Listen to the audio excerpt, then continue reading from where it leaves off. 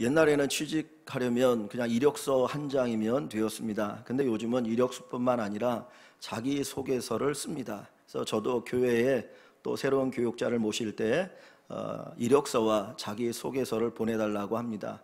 이력서는 학력, 경력 그냥 단순하게 기록되어 있지만은 자기소개서는 자기의 삶에 대해서 쭉 이야기로 나열을 합니다. 거기에 보면 어떻게 살아왔는지, 내가 어떤 성품을 가졌는지, 또 어떤 재능이 있는지, 능력이 있는지, 어떤 경험이 있는지를 그 읽는 사람으로 하여금 감동을 받도록 거기에 잘 기록하고 있죠. 그래서 자기 속에서는 그 읽는 사람에게 매력을 느끼게 하고, 야, 정말 이 사람이 꼭 필요하다, 이 사람이 우리 회사에 꼭 필요하고, 이런 학생이면 우리 학교에 꼭 필요하다라고 하는 어떤 그런 느낌을 받도록 만드는 것이 자기 이력서, 자기 소개서라고 이야기할 수 있습니다. 그래서 자기소개서를 쓰기 위해서 요즘은 학원도 많이 생겼어요. 그래서 어떻게 자기소개를 써야 사람들에게 매력을 줄 수 있는지, 또 학원이 있고, 또 어떤 학원은 대필해서 자기소개서를 써주는 경우도 있다고 합니다. 사실 이거는 범죄죠. 그렇게 해서라도 취직을 하거나 대학을 가려고 하는 경우들이 많이 있는 것입니다. 사람은 누구나 자기를 소개하고 싶은 마음이 있고, 나를 소개할 때 조금 더 아름답게 미화시켜서 누군가에게 매력적으로 소개하려고 하는 경우가 종종 있습니다.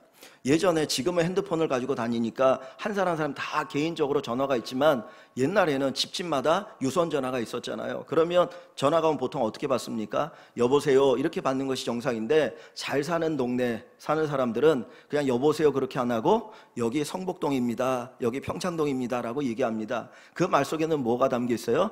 나는 이렇게 부자야, 나는 이런 사람이야, 이런 존재야 라고 하는 것을 드러내고 싶은 마음이 거기에 담겨 있는 것입니다. 예전에 어떤 분이 저한테 명함을 하나 주었는데, 그 명함이 흰색이 아니라 금색이에요. 빳빳한 금색인데 거기 이름이 써 있고, 거기에 뭐 자기가 여태까지 해왔던 경력들이 쭉 써 있더라고요. 근데 제가 이렇게 보니까 별거 아니에요. 동네 통장 정도 되어지는 그런 이력들도 거기에 써 있더라고요. 그럼에도 불구하고 내가 이런 사람이라고 누군가에게 자랑하고 싶고 드러내고 싶은 것이 거기에 담겨 있더라고 하는 것입니다. 사람은 누구나 자기를 드러내고 싶고, 내가 더 높은 환경, 더 높은 지위에서 살고 싶은 마음이 있습니다. 그래서 그렇게 자기를 소개하려고 하죠. 인간에게 있는 세 가지의 어떤 욕구, 끊임없이 세상이 우리에게 주는 욕구 세 가지가 있는데, 육신의 정욕과 안목의 정욕과 이생의 자랑입니다. 이 세 가지를 충족시키는 사람은 잘 살았다, 성공했다라고 세상은 이야기합니다. 그래서 예수님에게도 사단이 찾아와서 이 세 가지 시험을 하지 않습니까?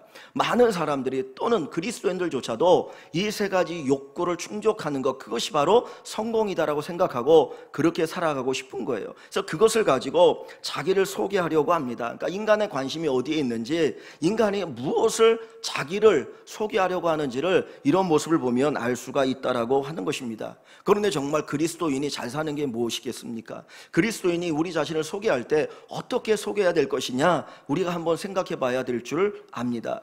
오늘 본문은 이런 내용입니다.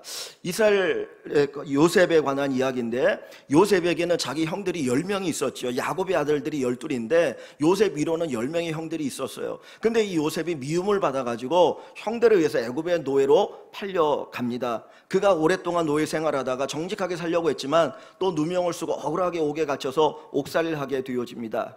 그런데 바로가 꿈을 꿨는데 그 꿈을 해석할 사람이 없었어요. 그래서 결국은 요셉에게 그 꿈을 해석해달라고 해서 요셉이 꿈을 해석하는데, 그 꿈의 내용이 뭐냐면 7년 동안 풍년이 될 것이고 그 후에 7년 동안 흉년이 있을 것인데, 이 풍년의 7년 동안 흉년이 올 7년을 잘 준비하십시오 라고 하는 이야기였습니다. 그것을 이 깨달은 이 바로의 왕이, 그럼 네가 총리가 되어서 이 모든 문제를 잘 해결해 달라고 그에게 권세를 주고 위임을 하게 되었습니다. 이 요셉을 팔았던 형들이 가나안 땅에 살았는데, 그 기근이 가나안 땅에도 들게 되어지니까 양식을 구하기 위해서 애굽에 내려왔다가 자기가 의 동생 요셉을 만나게 됩니다. 처음에는 신분을 속였지만 나중에 요셉이 내가 형들이 팔은 동생 요셉입니다라고 이야기하고, 그리고 만남이 이루어지고 나서 그 다음에 애굽에 내려가 사는 기회를 얻게 되어지죠. 근데 그 요셉의 형들을 초청한 사람이 누구냐면, 성경 앞부분에 보니까 바로 왕이었어요.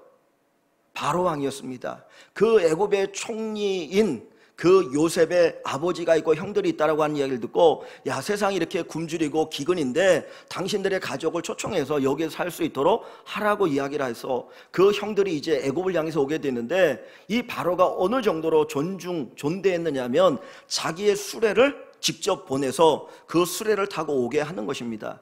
요즘으로 이야기하면 대통령의 전용기를 내주는 거예요. 그래서 그 전용기를 타고 이민 올 수 있도록 했던 것입니다. 그러니까 이 요셉의 형들이 이제 애굽을 향해서 오는데, 야곱과 그리고 그 형제들과 그리고 그 조카들 66명이 애굽을 향해 오는데, 그때 그들의 마음 기대가 무엇이겠습니까?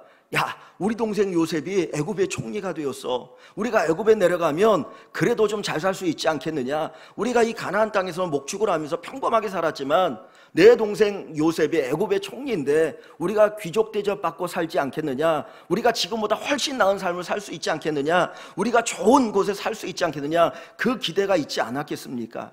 만약에 서울이라고 하는 도시를 생각한다면, 야, 우리 이제 강남에가 살 수 있겠다. 강남에 좋은 집에 살 수 있는 기회가 우리에게도 왔다. 그 부푼 꿈을 안고 이제 애굽을 향해 오고 있는 것입니다.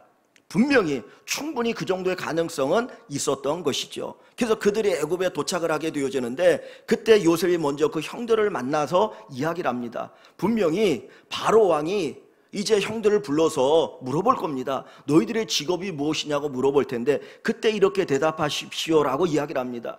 여러분, 요즘은 직업이 뭐냐 빈부귀천이 없어요, 그죠? 근데 옛날에는 직업에도 귀천이 있다라고 생각했습니다. 직업 이꼬로 신분, 그 사람의 신분이 뭐냐, 그 사람이 얼마나 괜찮은 사람이냐, 그거는 직업으로 평가를 했습니다. 그래서 책상에 앉아서 일하는 사람은 인텔리라고 생각했고, 조금 괜찮은 사람 생각했고, 몸으로 움직이는 사람들은 아주 천하게 여겼죠. 또 신분사회에는 더 그랬던 거 아닙니까? 근데 지금부터 3400, 3500년, 아니 그 이전의 시대에는 그 사람이 가지고 있는 직업이 그 사람의 신분을 나타내는 것입니다. 이 사람이 양반인지 쌍놈인지 평범한 사람인지를 분별할 수 있는 것이 직업이었던 거예요.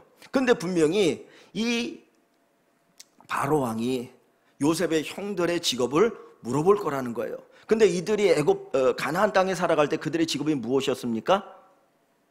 목축하는 자였죠.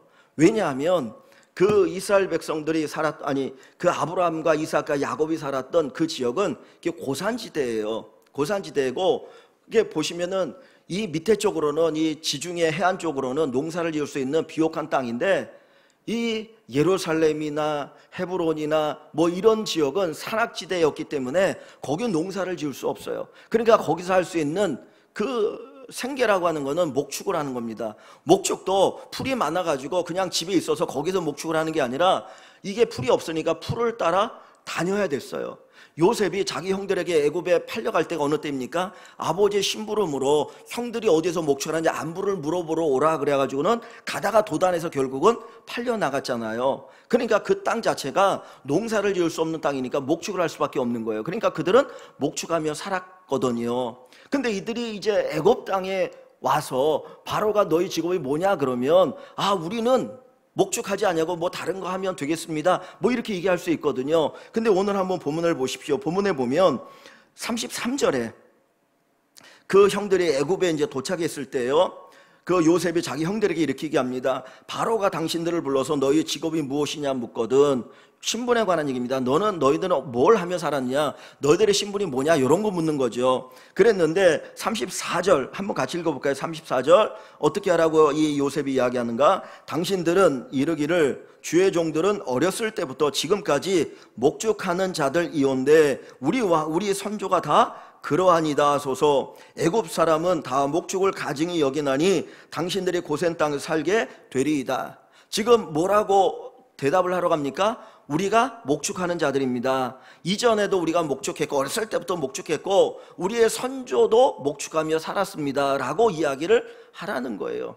저 같으면 사실 이 목축이라는 게 평범한 직업이라면 이렇게 얘기하지 않았을 것 같아요. 그거는 과거니까 이 애굽에서는 좀 새롭게 살고 싶지 않습니까? 그러면 전에는 우리가 목축했지만 여기서는 여기에 맞는 직업을 가지고 좀 살았으면 좋겠습니다, 뭐 이렇게 얘기할 수도 있죠. 왜냐하면 사람은 끊임없이 신분의 상승을 원하는 거 아니겠어요?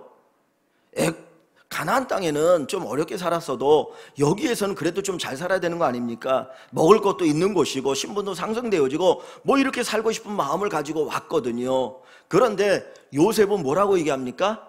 목축하는 자들이라고 얘기하는 거. 우리는 목축하는 자들입니다. 과거에도 우리가 목축했고 우리의 조상도 목축했고 그리고 지금도 우리는 목축하는 사람들입니다 라고 이야기를 하라는 거예요. 근데 왜 목축하는 자들이라고 그렇게 얘기를 하라고 합니까? 자, 여기 다시 한번 보세요. 34절에 보면 우리가 이해할 수 없는 이야기를 합니다. 당신들은 이르기를 주의 종들은 어렸을 때부터 지금까지 목축하는 자들이온데 우리와 우리의 선조가 다 그러하니다 하소서. 애굽 사람은 다 목축을 어떻게 여긴다고요?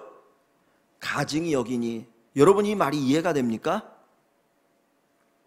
요셉의 형들이 애굽에 올 때 단순히 곡식을 찾아온 것이 아니라 뭔가 신분 상승을 기대하고 온 거잖아요. 내 동생이 애굽의 총리니까 우리도 양반처럼 귀족처럼 대접받을 수 있겠구나, 그 생각을 가지고 지금 오고 있어요. 그런데 요셉은 자기 형들에게 뭐라고 말하냐면 당신들의 직업이 목축하는 자라고 얘기하십시오 그랬어요. 그 이유가 뭡니까?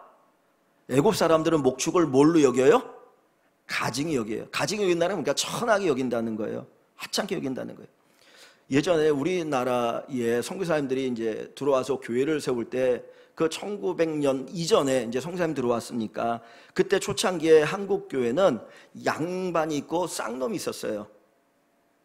양반도 있고 쌍놈도 있고. 근데 승동교회가 양반도 있고 쌍놈도 있는데 어떤 사람 백정 아시죠? 짐승 소나 돼지 잡는 사람 백정이라고 하는데 그 당시에 백정 아주 천하게 여겼거든요. 그 안에 갈등이 있었어요. 그래서 백정 가운데 장로가 되니까 양반들이 이거 우리 인정할 수 없다 그래갖고 그냥 다 나가서 다르게 교회를 세우기도 했을 정도이거든요. 사람은 누구나 인정받고 싶은 거예요. 그런데 지금 요셉은 자기 형들에게 얘기하기를 우리가 목축하는 자라고 얘기하십시오. 그러면 애굽 사람들은 목축하는 것을 가증히 여길 것입니다 라고 얘기를 하는 겁니다. 그 얘기는 뭡니까? 형들이 목축하는 자로 소개해서 애굽 사람들로 하여금 뭘 받게 하는 게 사실은 천대받는 거잖아요. 천대받으려면 뭐하러 여기까지 옵니까? 조금 어려도 애굽 땅에 살면 가나안 땅에 살면서 양식이 필요할 때 그때 와서 양식 구해가지고 사서 거기서 편하게 살면 되지, 굳이 애굽까지 왔는데 귀족 대접 받는 것도 아니고 사람 대접 받는 것도 아니고 천민 대접 받으려면 뭐하러 이 땅에 와서 살아야 되는가 하는 거예요. 그런데 야곱은 자기의 형제들 모두에게 천민 대접 받도록 오히려 목축하는 자라고 이야기를 하라고 합니다. 왜 그럴까요? 왜 그럴까요?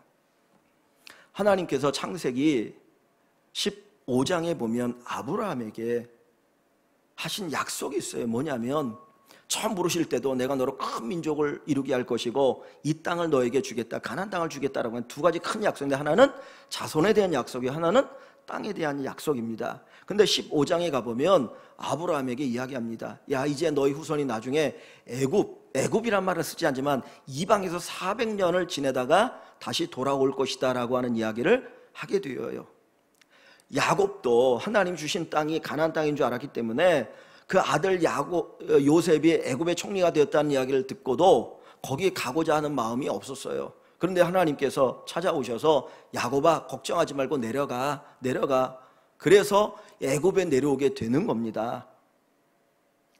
근데 이 요셉이 이런 이야기를 하는 이유는 요셉의 마음에 뭐가 있냐면 하나님의 약속에 대한 믿음이 있었어요. 그 약속이 뭡니까? 큰 민족을 이루는 거예요. 근데 그 큰 민족을 이룬 그 약속이 어디에서 실현되어집니까? 가나안 땅이 아닌 이 애굽, 여기에서 그 약속이 실현되어지는데 일반적으로 여러분 70명이 애굽에 내려가서 거기에서 함께 섞여 살면 어떻게 될까요? 동화되어지겠죠. 이미 민족을 이룬다라고 하는 것은 불가능하게 되어집니다. 이 이스라엘 백성들, 특별히 이 요셉의 형제들 70명이 애굽에 내려가서 우리가 목축하는 자라고 하니까 애굽 사람들이 다 무시하는 거잖아요. 야, 저 사람들과 우리가 같이 지내지 말자. 그래서 무시하니까 비록 요셉은 애굽의 총리지만 그들을 무시하니까 그들이 어디에 살게 되어져요? 여기 39절에 보니까 당신들이 목축하는 자라고 얘기하면 목축을 가증히 여겨서 어디 땅에 살게 되어질 거라고요? 고센 땅에 살게 될 거라는 거예요. 고센 땅이라고 하는 그 지역은 좀 목초지가 풍성해서 양을 짓기에 좋은 땅이었어요. 그러니까 목축하는 사람들에게는 좋은 땅이기도 하지만 한쪽으로는 이 도시하고는 멀리 떨어진 곳 아닙니까? 여러분, 요즘도 우리나라에서 목축을 하게 되어지면은 동네에서 떨어진 데 있어야 돼요. 왜냐하면 냄새도 많이 나고 이게 환경에 좋지 않기 때문에 동네에서 엄청나게 민원이 들어옵니다. 그러니까 이 당시에도 마찬가지인 거예요. 목축을 하기 위해서는 멀리 사람들과 떨어져서 고립되어서 살아갈 수밖에 없는 거예요. 한쪽으로는 사람들에게 원망, 어떤 천민의 그런 대접을 받기도 하고 또 자기들만 모여 살아야 되는 그런 어떤 상황 속에 놓이게 되어지는 거죠. 근데 그것 자체를 요셉이 스스로가 그것을 선택하게 되어집니다. 왜 그런 선택을 합니까? 하나님의 약속은 뭡니까? 큰 민족을 이루는 거예요. 만약에 그들이 도시에서 함께 섞여 살게 되어지면 어떻게 되어져요? 민족을 이루는 것이 불가능하게 되어지는 거죠. 이스라엘이 나중에 400년이 지나서 이제 가나안 땅을 향해 나갈 때 하나님이 모세를 보내셔서 이스라엘 백성들을 하나로 부르십니다. 그때 이스라엘이 70명이 내려갔던 그 야곱의 그 아들들, 그 자손이 나중에 몇 명이 됩니까? 장정만 60만 명이죠. 그리고 아이들과 여자를 합치면 200에서 300만이 되어지는 어마어마한 큰 민족이 되었거든요. 그 애굽에 동화되지 않고 끝까지 자기 민족을 유지할 수 있었던 이유가 어디에 있습니까? 그들이 함께 섞여 살지 않고 그리고 그들 자신의 정체성을 가지고 살았기 때문입니다. 오늘 이 본문에서 이 요셉을 통해서 그 형들에게 이야기하고자 하는 건 무엇이냐면, 형이여 여러분들이 비록 이 땅에서 대접받지 못할지라도 이 땅에서 고립되어서 천민처럼 그렇게 대접받고 살지라도 우리의 정체성을 잃어버리지 말고 살아갑시다라는 거예요. 요셉의 관심은, 이스라엘의 관심은 정체성에 있었습니다. 우리가 하나님의 사람이다, 하나님이 택한 백성이라고 하는 그 정체성을 놓치지 말고 살아가라고 하는 것을 우리에게 가르쳐주고 있는 거예요. 우리는 세상의 것을 얻기 위해서, 좀 더 세상에서 부귀영화를 누리기 위해서, 좀 더 편하게 살기 위해서, 좀 더 높은 신분을 얻기 위해서 내 정체성을 감추고 살아가는 경우들이 종종 있기도 합니다. 이순신 장군이 죽을 때 내 죽음을 적에게 알리지 말라 뭐 그랬다고 그러잖아요. 그래서 그것을 가지고 우스운 이야기를 했는데, 내가 그리스도인이라고 하는 것을 남들에게 알리지 말라, 그러고 살아가는 그리스도인들이 더러 있다고 하더라고요.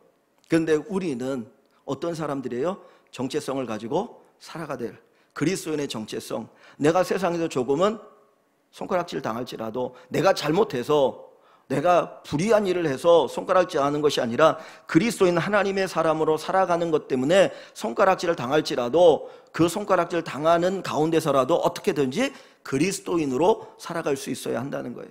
세상에서 비록 조금은 손해를 볼지라도 우리들이 그리스도인으로 살아가는 삶을 살아야 된다라고 하는 것을 우리에게 가르쳐 줍니다. 이 세상이 그 어떤 것보다도 하나님의 자녀, 하나님의 백성이 되었던 것이 가장 큰 축복입니다. 베드로 사도는 우리에게 얘기합니다. 너희는 택하신 족속이요 왕같은 제사장이라. 하나님이 특별히 우리를 선택하신 사람들이요. 이 땅에 수많은 사람들이 있지만은 그 가운데서 하나님이 우리를 특별히 선택하셨습니다.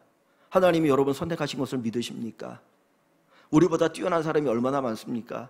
우리보다 많은 것을 가지고 있는 사람이 얼마나 많습니까? 우리보다 많은 것들이 훨씬 더 뛰어난 사람 많아요. 그럼에도 불구하고 하나님 그것을 가지고 우리를 선택한 것이 아니라 그냥 우리를 사랑하셔서 우리를 선택하셔서 너는 내 아들이야, 내 딸이라고 주님이 말씀하셨거든요. 선택받음에 대한 기쁨, 확신, 감사함을 가지고 그 정체성을 가지고 살아갈 수 있기를 원합니다. 우리는 왕같은 제사장이라. 세상의 왕이에요. 세상의 지배를 받는 존재가 아니라, 세상의 다스림을 받는 존재가 아니라 하나님의 뜻을 이 세상에 전하고 그 뜻대로 살아가는 왕같은 존재인다라고 하는 것이죠. 제사장은 뭡니까? 하나님과 세상을 연결해 주는 거예요. 이 세상이 하나님께 더 가까이 가도록 그 역할을 하는 것이 왕같은 제사장의 역할입니다.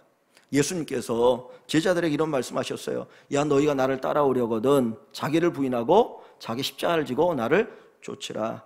자기를 부인하고 자기 십자가를 지고 나를 쫓으라.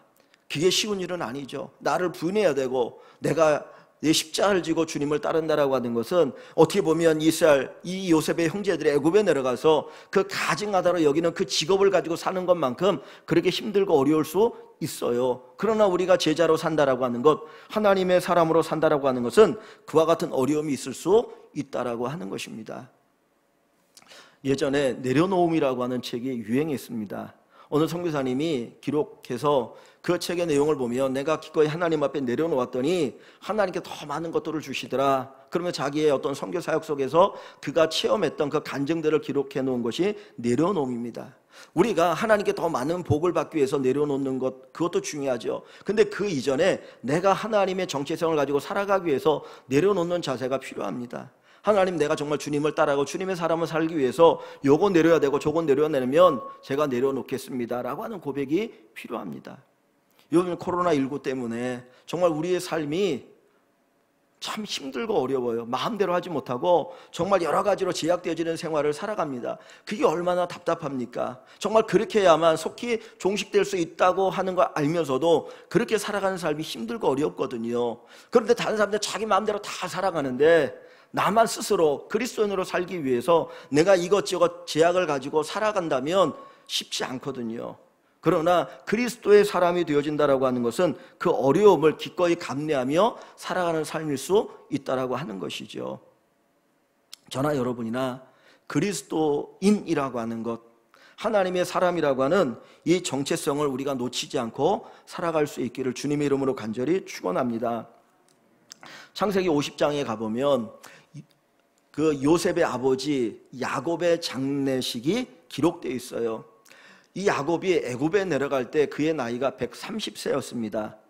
130세 애굽에 내려가서 17년 동안 애굽에 살다가 147세에 죽음을 맞이하거든요. 근데 죽음을 맞이할 때 그 야곱의 장례가 이렇게 되어집니다. 자, 한번 보세요. 어디를 보시냐면 창세기 50장입니다. 50장 1절부터 한번 제가 읽어갈게요. 창세기 49장 끝부분에 보면 야곱이 죽습니다. 33절 끝부분에 보면 그의 백성에게로 돌아갔더라, 죽었다라는 얘기예요. 야곱이 죽었다, 야곱이 죽었다. 자, 50장 1절, 요셉이 그의 아버지 얼굴에 굽으려 울며 입 맞추고, 죽은 아버지를 애곡하는데 그 아버지 얼굴에 굽으려서 울면서 입을 맞출 정도로 그렇게 안타까운 마음을 가지고 아버지와 이제 죽음의 이별을 하게 되어지는 거죠. 자, 2절에 보면 그 수종드는 의원에게, 그 의원들이 거기 있었어요. 명하여 아버지의 몸을 향으로 처리하게 하며, 여기다 이제 몸에다 향을 넣는 거예요. 예수님이 십자가 달려 죽었을 때도 여인들이 향을 품을 가지고 그 이른 새벽에 무덤에 가잖아요, 그죠? 그것처럼 향품 처리를 하게 되어지는데, 향품 처리를 왜 하느냐면 시체가 썩지 않도록 하기 위해서 향품 처리를 하게 됩니다. 근데 자 보세요, 어떻게 되냐면 처리하게 하며 의원이 이스라엘에게, 이스라엘은 야곱을 얘기합니다.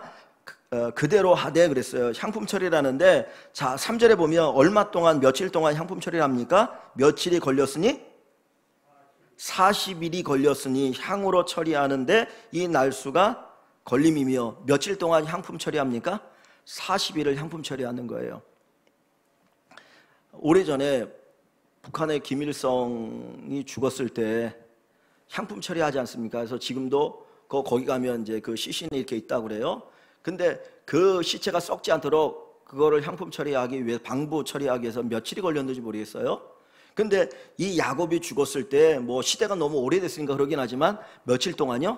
40일 동안 향품을 처리하는 거예요. 그 시체가 썩지 않도록. 자, 그리고 그 뒤에 보면 애굽 사람들이 단순히 야곱의 자손들이 애곡을 하는 게 아니라, 슬퍼하는 것이 아니라 애굽 온 나라 사람들이 그 야곱의 죽음에 대해 슬퍼하는데 며칠 동안 그를 위하여 애곡합니까? 70일. 70일은 2달이 넘는 기간이에요. 야곱이 죽었을 때 40일 동안 향품 처리를 하고 70일 동안 그 야곱의 죽음을 애굽 사람들이 안타까워서 곡을 합니다. 제가 중학교 때, 중3 때인가, 박정희 대통령이 서거하셔서 그 광화문에다가 이제 그렇게 분향하는 곳을 만들어 놨거든요. 그래서 수많은 사람들이 거기에 와서 이제 이렇게 분양을 하고 헌화하고 이렇게 돌아갔습니다. 저도 중학교 가까웠기 때문에 학교에서 단체로 간 적이 있거든요. 근데 그때에 대통령의 죽음 국장을 하는데 며칠을 했나요? 제가 정확한 기억 없는데 뭐 일주일 했는지 열흘 했는지 모르겠습니다. 대통령의 국장도 일주일인가 열흘을 했거든요. 근데 지금 애굽의 총리인 요셉의 아버지의 죽음에 대해서 장례를 치르는데 지금 며칠을 장례하고 있어요? 장장 70일. 진짜 그때 대통령이 서거하고 TV를 틀면 볼 게 없더라고요. 맨날 슬픈 노래가 나오고 뭐 즐거운 뭐 코미디가 아무것도 안 하니까 그 어린 마음이 볼 게 없는 거예요. 근데 70일 동안 애굽의 모든 사람들이 야곱의 죽음에 대해서 애곡을 합니다.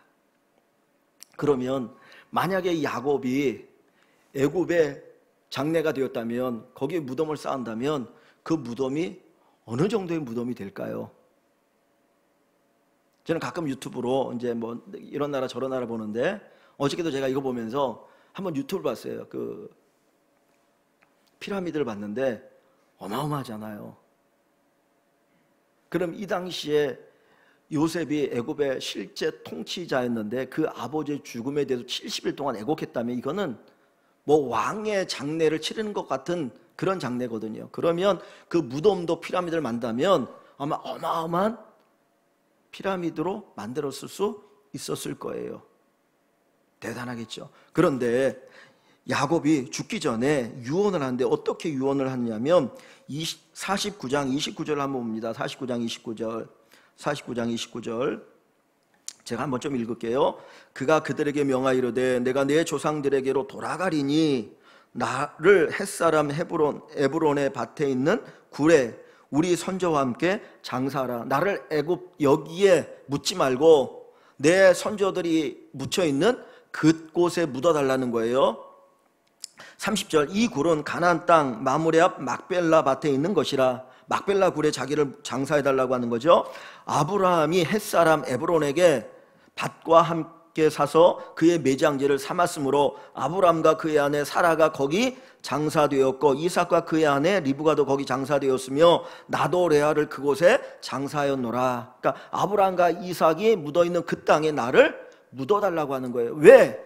야곱이 그 애굽에 묻혔다면 어마어마한 큰 피라미드의 그 묘를 만들 수 있는데 그거를 거절하고 가나안 땅에 있는 막벨라 굴 아주 작은 곳에 거기를 묻기를 원해요. 그 땅이 어느 땅입니까? 하나님이 약속하신 땅인 거예요. 내가 하나님의 사람이다. 나는 하나님의 사람이다. 그 확신이 그에게 있었던 거예요. 그래서 세상에 그 영광스러운 그 어마어마한 묘를 포기하고 제대로 알 수 없는 막벨라 굴에 자기 조상들과 함께 묻히기를 원하였던 겁니다. 이것이 바로 그리스도인의 정체성을 가지고 산다라고 하는 거예요. 세상의 영광을 구하는 것이 아니라 하나님의 약속, 하나님 뜻을 붙들고 살아간 사람, 바로 그들이 그리스도인이고 오늘 우리들입니다. 우리가 비록 예수사의 사람으로 살아가는 것 때문에 세상에서 조금은 고난당할 수 있어요. 어려움당할 수 있어요. 고통당할 수 있어요. 그러나 그 어떤 것보다도 우리가 그리스도인 되어짐이 놀라운 축복이고 하나님의 큰 복이라고 하는 그 확신을 가지고 살아갈 수 있기를 주의 이름으로 축원합니다. 히브리서 11장에 보면 모세는 이렇게 얘기하잖아요. 모세의 믿음에서 믿음으로 모세는 바로의 공주의 아들이라 칭함을 거절하고, 바로의 공주의 아들은 최고의 부귀영화 아닙니까? 근데 그거 거절했어요. 그리고는 뭘 선택합니까? 하나님 백성과 함께 고난받는 것을 오히려 즐거워하고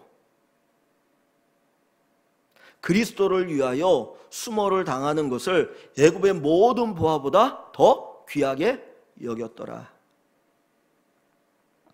하나님의 사람 되어짐, 하나님의 사람으로 살아가는 것이 이 세상의 그 어떤 것보다도 정말 귀하다라고 하는 그것이 바로 모세의 믿음의 고백이고 오늘 우리의 믿음의 고백이 되어지기를 원합니다. 어떤 고난이 와도, 어떤 어려움이 와도, 어떤 불리한 환경 속에서도 저와 여러분들이 그리스도의 사람으로 살아가시고 나의 정체성을 붙들고 살아갈 수 있기를 간절히 소원합니다. 사람은 누구나 더 좋은 가치를 추구하게 되어 있습니다. 지금 내가 가지고 있는 것보다 더 좋은 것이 있으면 이거 버리고 그것을 추구하게 되어져요. 세상의 부귀영화가 정말 귀하고 소중하지요. 정말 전부인 것처럼 보이죠. 그러나 믿음의 사람들 그것보다 더 가치 있는 것이 있다는 것을 알았는데 그게 바로 하나님의 자녀로 사는 것이었습니다. 내가 예수의 자녀 되어짐, 하나님의 구원을 누리고 사는 것, 저 영원한 천국 백성이 되어진 것이 가장 큰 축복인 줄 알았기 때문에 기꺼이 세상의 명예를 내려놓을 수 있었어요. 누가 내려놓으라고 해서 내려놓은 것이 아니라 하나님의 놀라우신 은총을 아니까, 그 복을 아니까 기꺼이 내려놓을 수가 있었던 것이죠. 우리는 하나님의 사람입니다. 하나님의 자녀입니다. 하나님 놀라운 복을 받은 사람들입니다. 그렇기 때문에 이 땅의 환경이 어떠하든지 간에 당당하게 살아가는 저와 여러분들이 되기를 원합니다. 비록 조금 고난이 있을지라도, 조금 힘들고 어려울지라도 하나님의 자녀 되어짐에 대한 자부심을 가지고 우리 모두가 살아가기를 원합니다. 요셉이 자기 형들에게 목축하는 자라고 소개하라고 합니다. 애굽 사람이 가증히 여기지만 그럼에도 불구하고 그렇게 말할 수 있었던 것은 좋은 땅을 얻기 위해서가 아니고 하나님의 사람의 정체성을 가지고 끝까지 살아가기 위해서였던 것입니다. 우리 모든 일광의 식구들이 나는 하나님의 사람, 나는 하나님의 사람, 이 자부심을 가지고 살아갈 수 있기를 주님의 이름으로 간절히 축원합니다. 우리 잠시 기도합니다.